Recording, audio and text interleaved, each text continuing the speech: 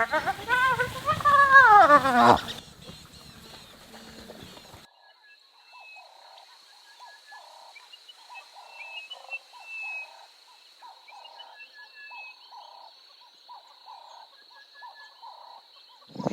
good afternoon to all the viewers and subscribers. Most importantly, a very happy new year. Wishing everyone the best of luck and the happiest time for 2024.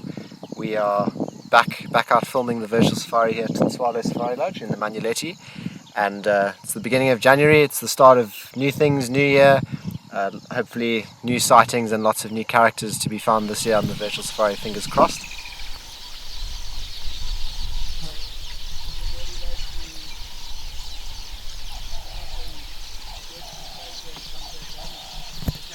Okay, so how's this for luck? I don't know if anyone can see behind me. It's quite a tough visual, but we've just got a pack of wild dogs. We've raced down south. There were signs of lion, and there was a possible chance the wild dogs were around. They were in the Sabi Sands this morning, so good gamble to take.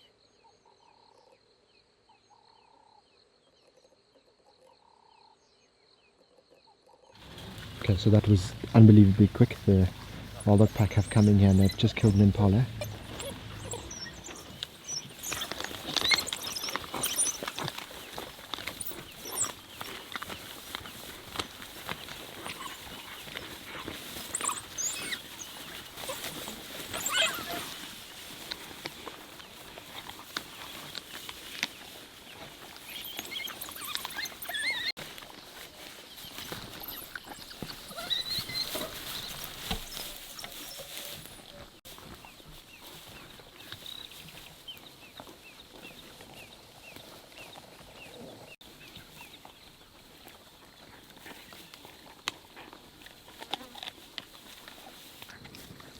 Here comes a hyena in at the back looking for some scraps. It'll be interesting to see what these dogs do. I'm sure they'll give him a good rev and chase him.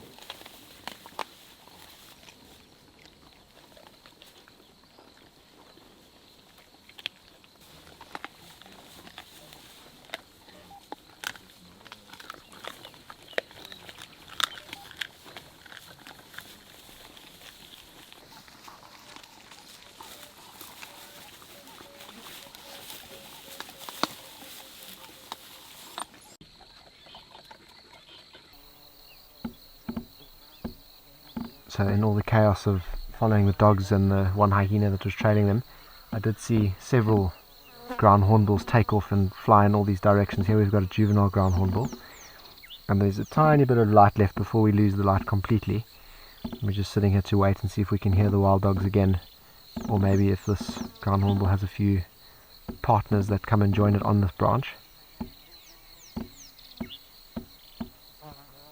Okay, so we are out again this morning, and last night really ended way quicker than I thought it would. I thought we were going to follow the dogs and meet up with them again, but they just shot off into this block and we couldn't find them. But this morning we're out. Daniel's just relocated on 2 hyenas that seem to have killed a young wildebeest, so we're going to check them out. Apparently there are signs of other wild dogs around Swallow close to camp, so fingers crossed we get them this morning as well.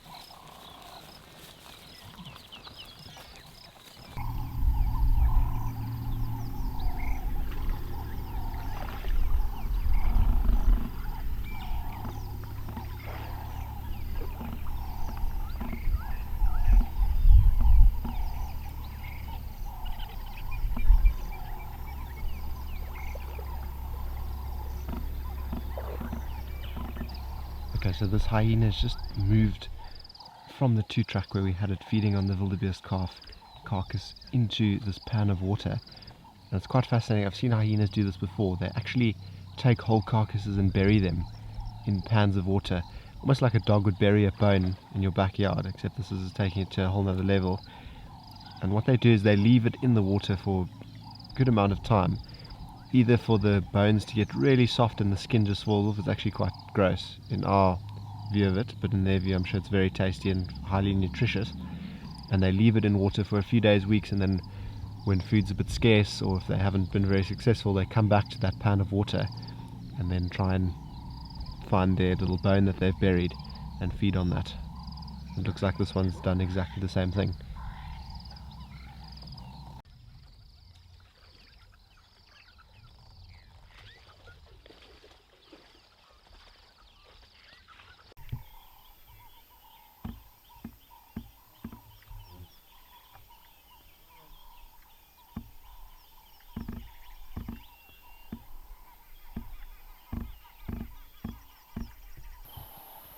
So we're out again this afternoon and we've just got a sighting of a beautiful woodlands kingfisher.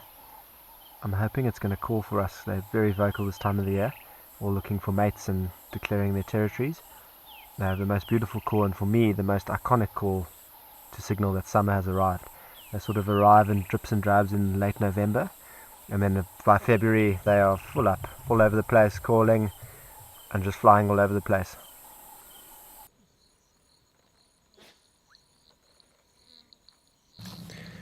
Okay, so you won't believe the luck, but this afternoon we've come down south again in hopes to find any lions, and we've bumped the same Imbali pack that we saw yesterday afternoon. They're all spread out around this beautiful marsh area. They are static at the moment. They don't look like they're going to move anytime soon, but there is a good chance that they will get active. We just have to be patient and wait for them to get active, so we'll wait with them and see what happens.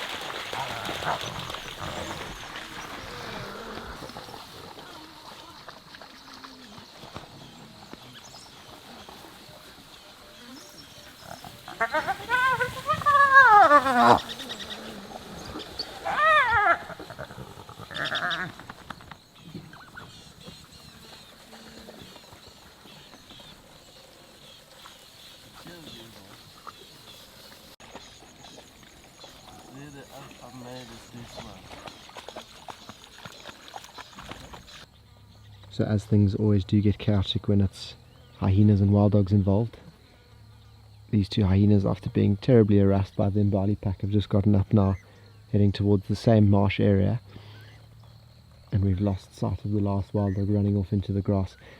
Problem is that summer, as beautiful as it is and as green as it is, it gets so thick it's just impossible to keep up with something like a wild dog. Even losing a lion in this long grass is very, very possible. It's happened to me many times before.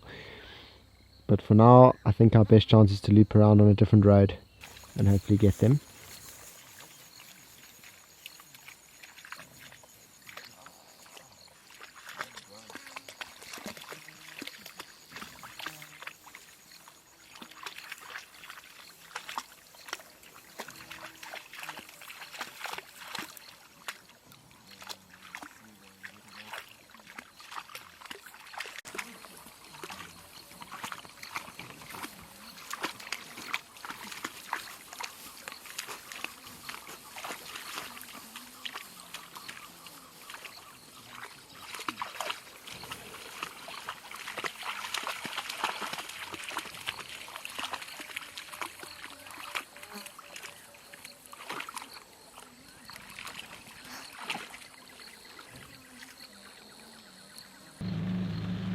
So we have just picked up on the Imbali pack. They have luckily come onto a big main road.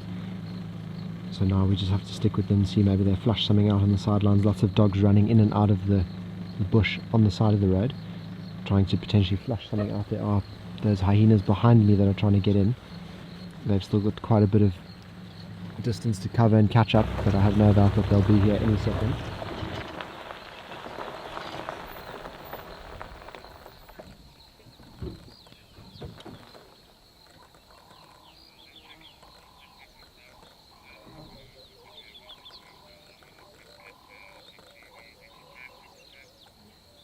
I'm sure if this is the collared one, they put the collar at one of the.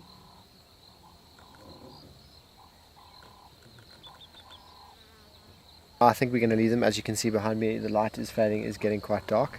The thing is, with them going in and out the bush, they are actually blocking the main road back to camp, so we kind of have to seriously wait for them to move off.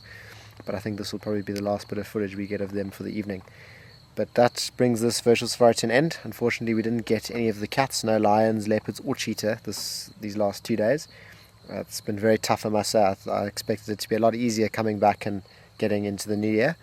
But it's always good to be up for the challenge and to try and impress and exceed on the next virtual safari. So we'll see you all bright and early tomorrow morning, where hopefully we can get some of the big cats.